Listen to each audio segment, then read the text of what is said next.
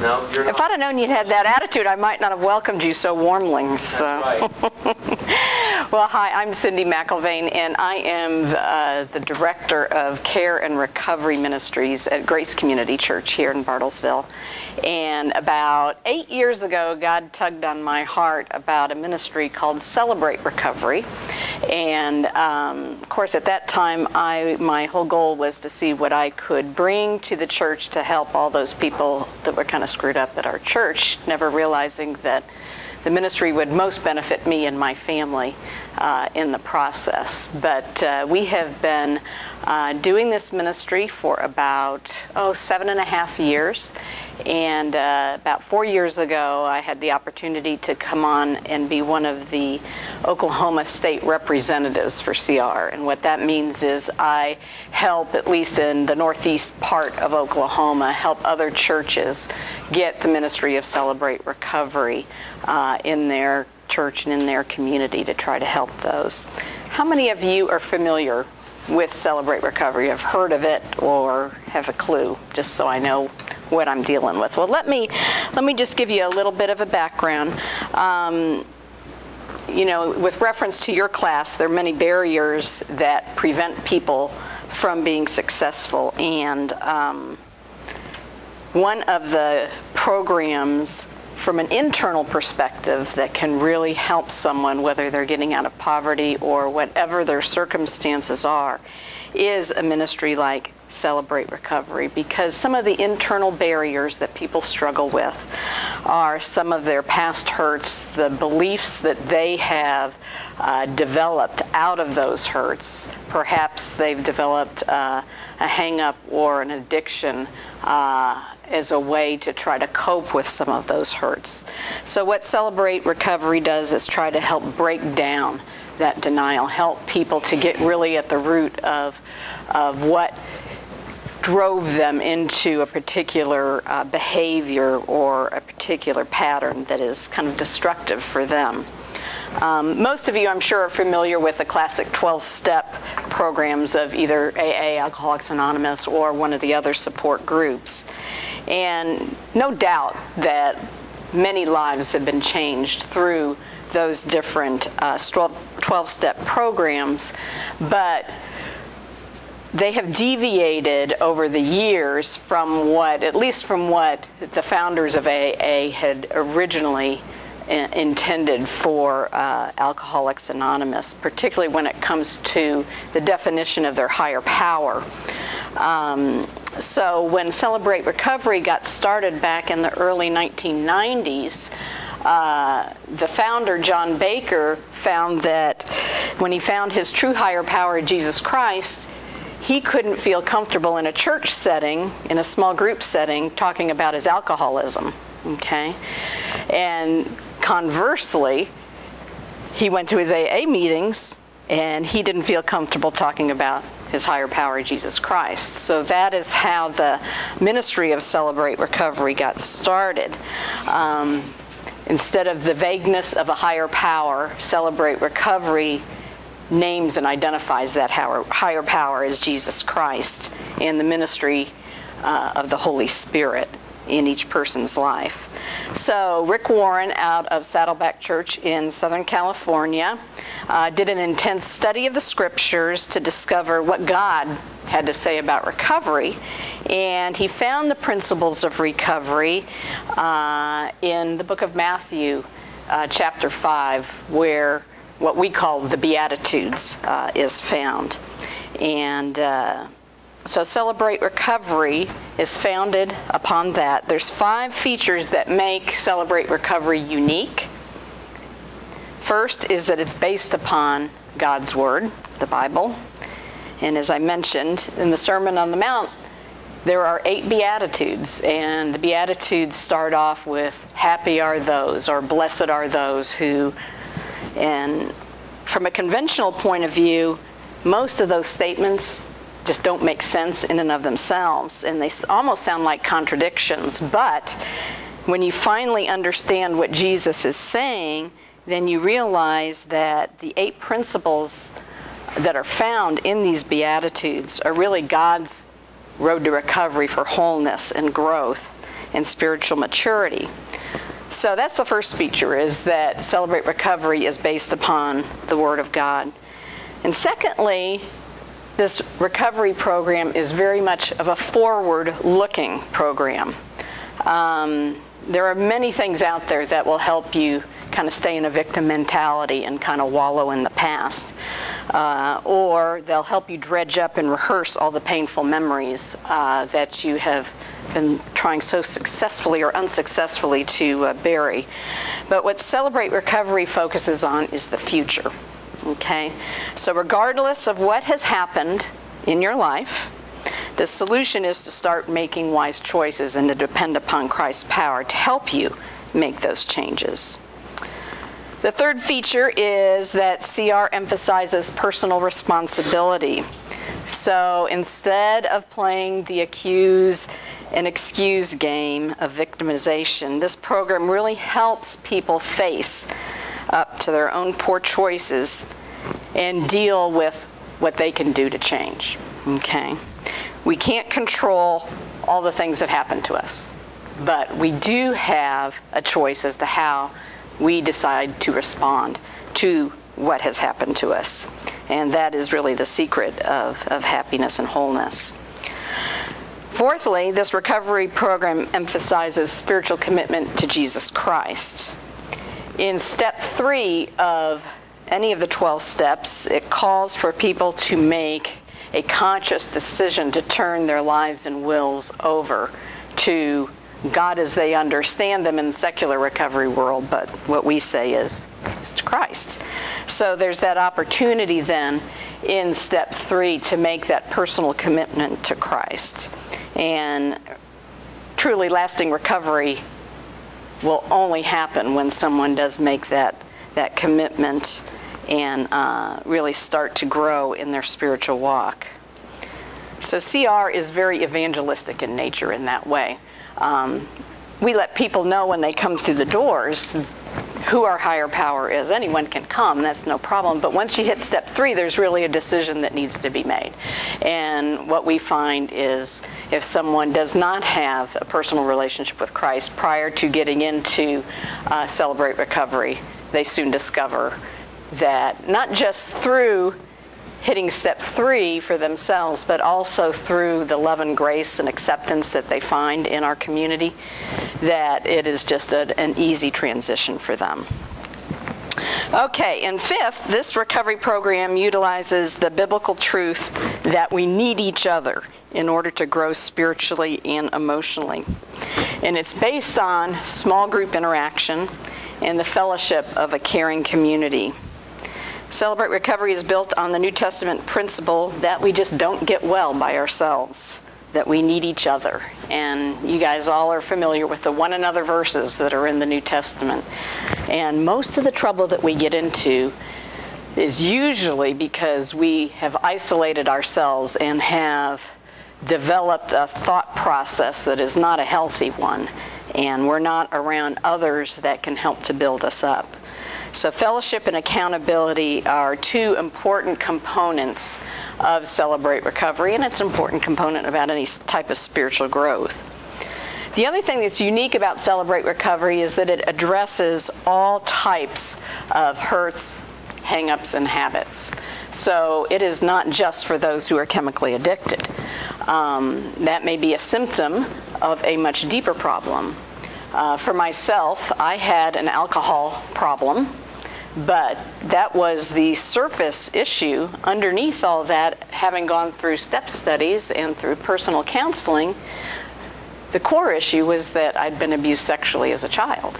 Okay, so what I did with that from a young age until I got help with my alcohol problem was trying to figure out different ways to cope with that hurt inside. So what Celebrate Recovery did for me is to be able to, through a careful 12-step process, kind of uncover those hurts and how I handled them, how it affected me as I was growing up, and then also as I grew on into adulthood.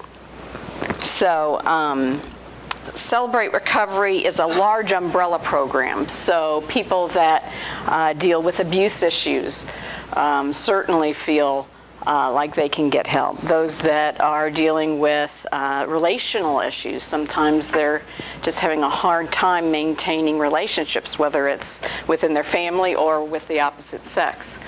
You know, we've got people that may start off dealing with one issue and then realize as they work through the 12 steps that, oh, they've got a much more serious problem that they had been burying for so long that they didn't even realize was there. But what we offer is a place of grace and a place where it's safe to talk about those things that you probably wouldn't just get up and share at church on a Sunday morning. It's really the kind of place that I think Jesus had intended the church to be all along, but over the years what we have done is we've made it a place where we have to get dressed up and look good and say all the right things when inside our internal world may not really be feeling what we're expressing on the outside.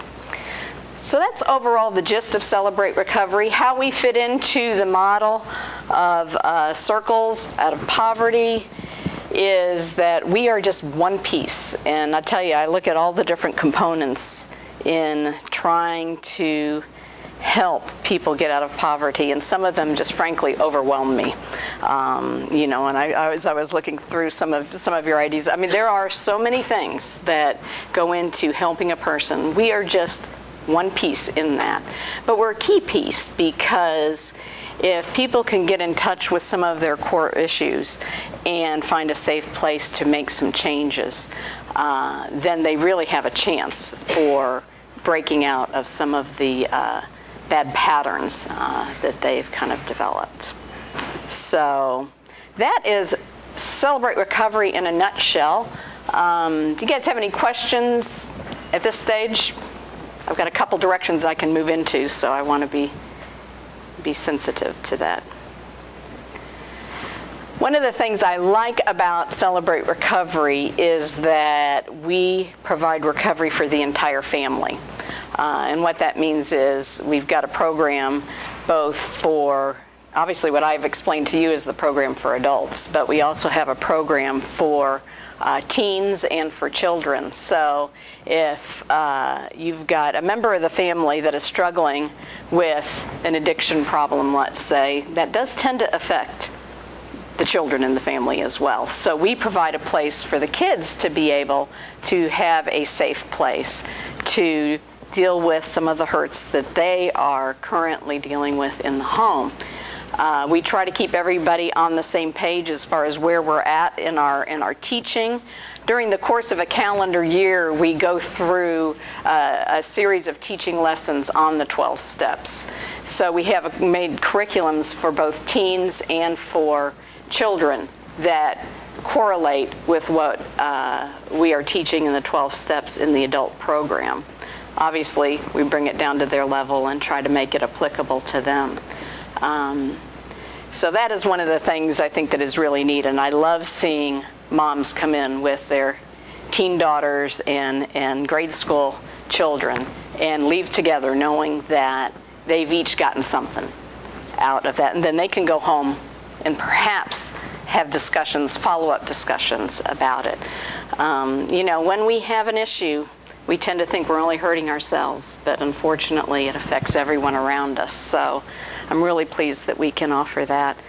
Another aspect of our program is one that we've just recently implemented here in Washington County, and that is Celebrate Recovery Inside. And on Thursday nights we go into the jail, and we have gotten permission from the warden there to go in and do step studies with the people that are imprisoned there. It's one of the most awesome opportunities I've seen and have had the privilege to be a part of, because these are people that have consequences for some of the bad choices that they've made, and they've got lots of time on their hands. And they're eager to listen. This may not be their bottom, but it certainly is a bottom for them, and so if they are open to it, they've got a real opportunity to make some changes and to at least get a beginning start on their recovery. In a county jail, most are not there for years and years at a time, so we usually aren't able to go through an entire 12-step program with them. But we can give them a taste, and then we give them the information so that when they are on the outside, that they can feel welcome in our Celebrate Recovery programs. So that's really been a fun thing, and I think one way that we can be more of a piece, I think, in the whole circles mentality.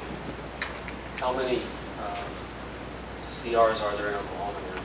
Oh my goodness, in Oklahoma now we probably have over 60.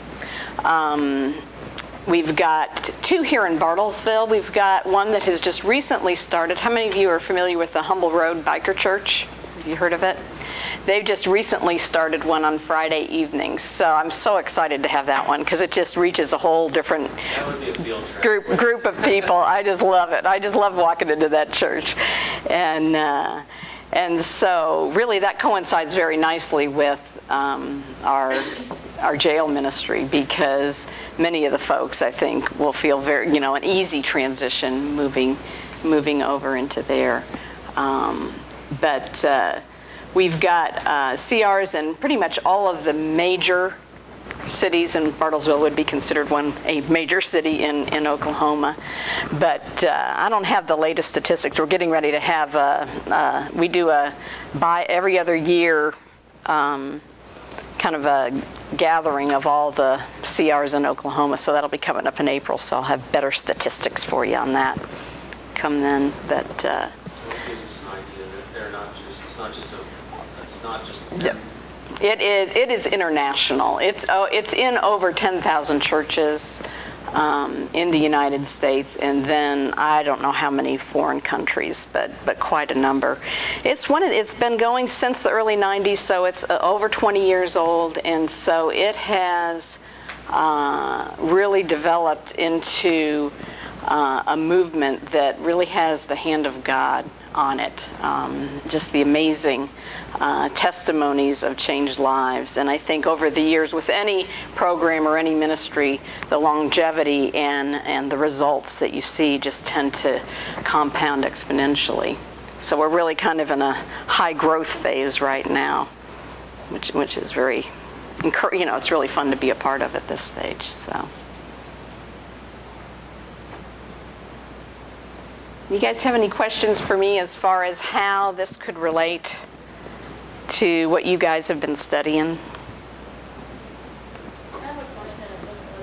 That's fine. Okay, so what do you do with people who come in and like they don't accept the whole God thing? Like how do you go about ministering to them? Yeah, we minister them just like you would any other person that walks through the door. We let them know the first time someone comes, we offer them a newcomer orientation where we will explain that, so they know going into it. It's not like we're getting ready to surprise them with it. They know this is a Christ-centered 12-step program, so it's their choice to be a part.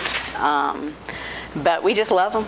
We just love them, and if they don't accept Christ at step 3, we just keep loving them and keep accepting them, and it's really just an opportunity to be Jesus's hands and feet to those folks.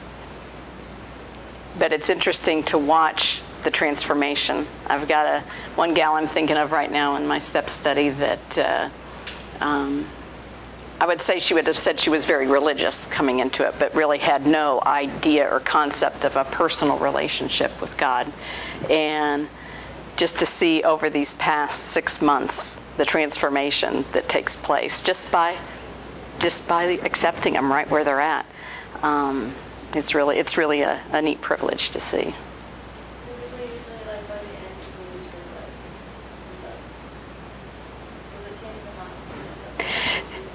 Usually, and those that really are adamantly opposed to Christ, they're not going to really want to come back. I mean, it's just pretty much that obvious. And so what we find is people that have a distaste for a secular recovery program it usually stems around this whole higher power thing. It really bugs them, and so they just feel more at home in a Christ-centered program.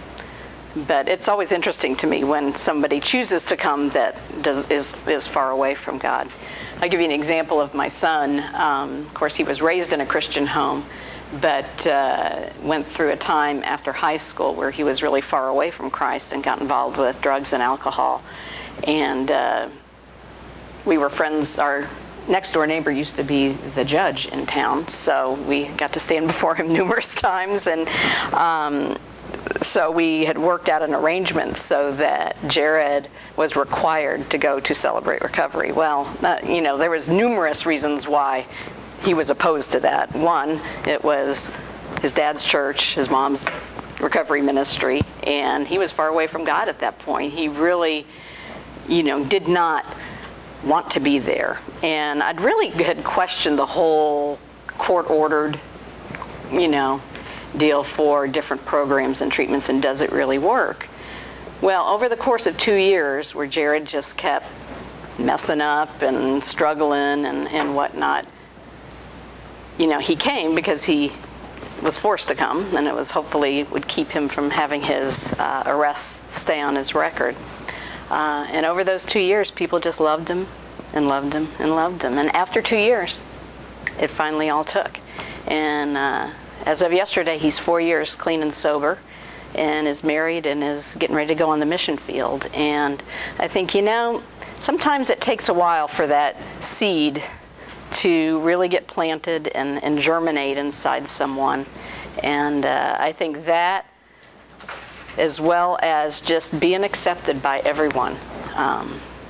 You know, even though he kept coming and you know, making mistakes and screwing up, he'd come back and he'd still receive that unconditional love. And I know it played a part. And so I got to see it firsthand, which was really exciting. Yeah. Can you talk a little bit about the barrier of denial? Because that's what I heard you. Yeah. A lot of times, I mean, I can even talk about it from a personal point. You know, I had, like I said, I had, you know, I had worked on, in counseling, a lot of my sexual abuse issues. And so, you know, of course, when I did it, I was a young mom with 4 young kids, so I did probably as much as I could do with all the other responsibilities that I had. And it wasn't until my kids started leaving the home and going off to college and doing their own thing that I really kind of hit the wall and realized that, you know, I just had a lot of regrets for how I had parented them. You know, in the denial phase of even admitting that I'd been abused, there was just a lot of anger that was expressed in the home. And then I just frankly wasn't just really good with teenagers, so that was just a whole new experience for me. So I felt like when I was finally getting to the spots where I had a decent relationship with my kids, they were all leaving. And back in high school, I had used alcohol to numb my pain, and I thought that was just my thing in high school and early college, and then I had become a Christian and had kids and yada yada. And so to me that was just a thing of the past. Well, it came back up, and at that point in time, I mean, I was just in total denial that I had any sort of a problem with that. So a lot of times people will have an area that kind of lays dormant in their lives. And because of a phase of life you're in, like for me, raising my kids when they were young, you know, that whole alcohol thing was just not an issue. But it became something I could go back to that was familiar. And I think a lot of us have those areas, whether it's an addiction like what I'm speaking of, or maybe just a pattern of behavior that we have where we will choose to isolate, or you know, whatever it is that you choose to do in your pain. Does that answer your question? Yeah, I mean, I think it's, I'm thinking in terms of barriers now, because that's what you... Right, and yes. It's like, to me, for me, it was a barrier of, it's like, it was so painful to look at the truth that I built this wall so that I wouldn't have to see it. Right. And I would blame other people for how things would go. Right. Or I would blame myself. But eventually it would come back on me, and I would feel like the lowest of the low. And of course that led to more pity me, yeah. medication, Yeah. whatever it is that I did, which I had multiple, you know my story, because I had multiple ways of doing it. I'm many-layered in my addictions and habits and hang-ups. So it was like, even after I recovered from alcohol and drugs, it was another layer here. Yeah. And there's still more, and I'm still struggling with something Yeah. that really ticks me off. It seems like if you work as hard as I feel like I have, that you should be free and yeah, that will happen in heaven, I think. Well, there are some that are prone to have more of an addictive personality than others, and we can debate whether that's heredity or what, but I think it's a number of different things. But like for me, if conquered the alcohol, but then it was easy for me to then go to food, Oh, this feeling doesn't feel good, so why don't I just go numb myself out with a good Brahms milkshake or something like that. And what a step study does is it just helps you to get to that underneath part of why you do what you do, and then you have a choice to make. If you want to continue to stay in denial, obviously that is your choice, but you're not going to get any better. There's still going to be that insanity in your life that's going to prevent you from overcoming. So a lot of people, particularly those that are in poverty, just have multiple layers of that. So what we offer, and I haven't gone through the specifics of the program, is we offer a step study. That's the most in-depth way of dealing personally with your issues. We will teach through the 12 steps in a calendar year, but as Professor Bill said, teaching can go in one ear and out the other, and it's not until you experience it yourself in the context of a small group where you're answering some pretty pointed questions, do you get a chance to have some real healing take place in your life. I've had the privilege of, I think this is probably my 6th or 7th step study that I'm doing right now, and there's still things that God is showing me, and I think it'll be that case forever. There's always something. If we're walking in a sinful world, we're going to have sinful responses to it at times, and so stuff is going to happen too that's beyond our control. Exactly. And for me, a lot of it was realizing what part I had control of and what part I didn't. I mean, obviously I had zero control over the fact that I'd been abused as a kid. And we could sit around for years and just have a pity party of that happened. But at the end of the day, I made choices. I made vows of, I won't let anybody get close to me. I won't let anybody hurt me, and those kind of things that then affected the rest of my life and made me unhappy. So by being able to look at those things and then having the opportunity to make those changes, I'm much more able then to overcome. Yeah, I was a victim of childhood sexual abuse, but God is using it now for me to be able to help others that are in the same boat. And the other neat thing that he's been able to do is it stopped the cycle of abuse that was in my family. And I think that had been going on for generations. So, you can't put a price tag on that. Because right now I'm getting ready to have my 6th grandchild, and just to know that that's not something that's being passed down is pretty awesome. So. And if those things rear their ugly heads, now we know what to do. We have the skills and the abilities to help. Right. But a lot of it is being in community, I'm 7 years, almost 8 years sober. My son is 4 years, but if we don't continue to be around people that are like-minded, thinking about recovery type issues, it's easy to slip back into thinking patterns that are not healthy. So what we do, our groups meet on Monday nights, and we have a time where we get together do awesome worship, and we'll have either a teaching or we'll have live testimonies. And of course the testimonies are just always encouraging because you get a chance to really see a human being whose life has been changed, as opposed to just hearing a teaching on it. And then after we meet together in a large group setting like that, we break up into groups that are first gender specific and then issue specific. And it's an open share group time, and that's just a time where people have 3 to 5 minutes to share on how their recovery's going. You know, what's going on in their life. They can share about either how the testimony had impacted them. Maybe that triggered a emotion that they were unfamiliar with, or hadn't thought of in a while. So they have an opportunity to share. It's not just about you sharing, though. It's about listening to everyone else who shares in the group. And I don't know if there's a way you can. There's no formula for this. It's just a magical thing that happens in a group environment where change can really take place and God can really work if you're open to having the Holy Spirit work on your heart. So that's what we do on a Monday night. And then the step studies that I was referring to is a much more of a commitment. It's about a 1-year commitment to work through. We have 4 workbooks that we work through and go through a lesson a week, sometimes depending upon how large the group is. And that's where the real meat is in the program, and that's where we really see changes.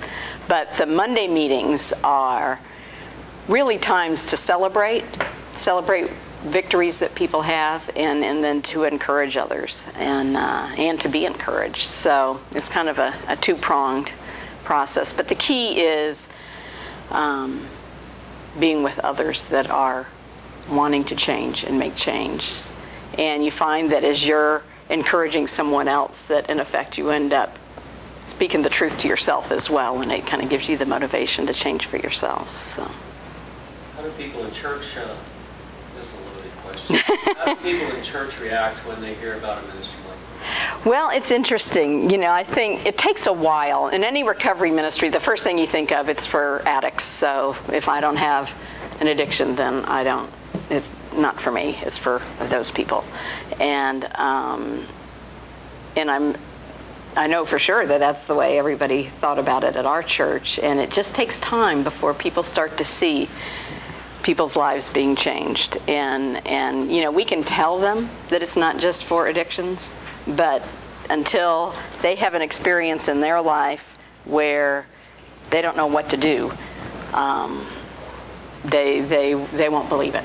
And then they come, we'll get new people that come in and they'll finally see what CR is all about, and they'll go, everybody in the church should be doing this. And I'm going, well, yeah, that's true, but not everybody is quite ready to. So a lot of it is a perception thing, but what I've found is over time, the stories of changed lives is what really makes the difference.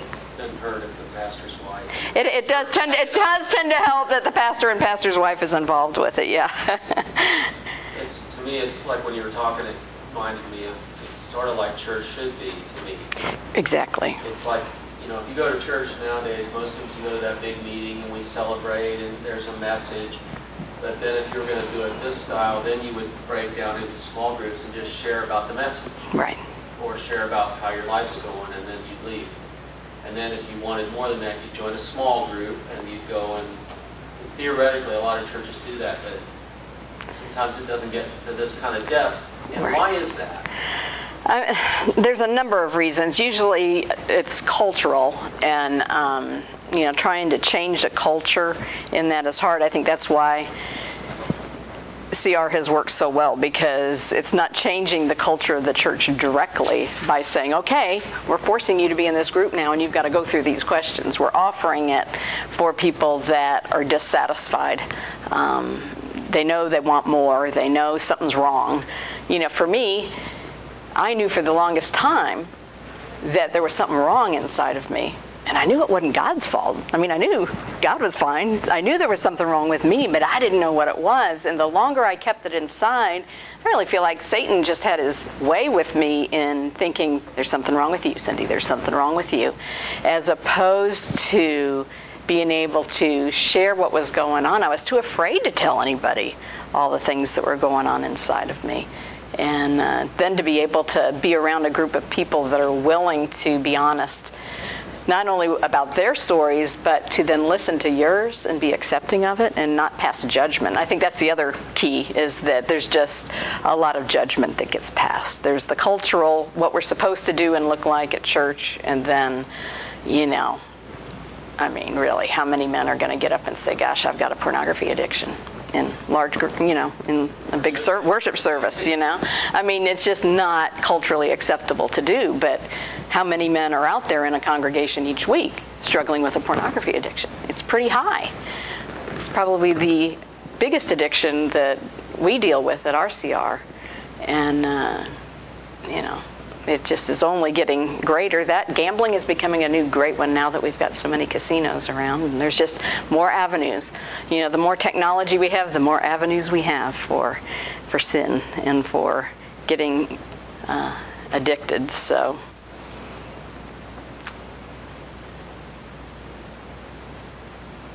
any other questions?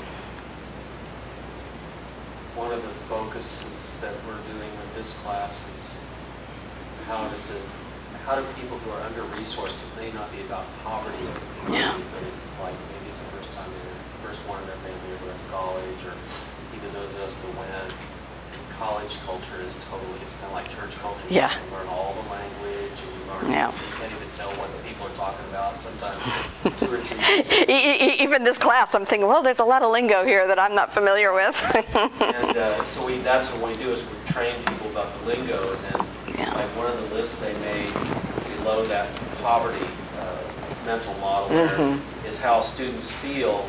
How would a student feel if they were under-resourced when they walk onto campus? Right. And you look at that list, doesn't that, I mean, a lot of Oh, a lot of that. human. It's like, yeah, isolation, the same things that we deal with all the time in recovery programs. Yeah, a lot of these things are things that people will describe that they struggle with.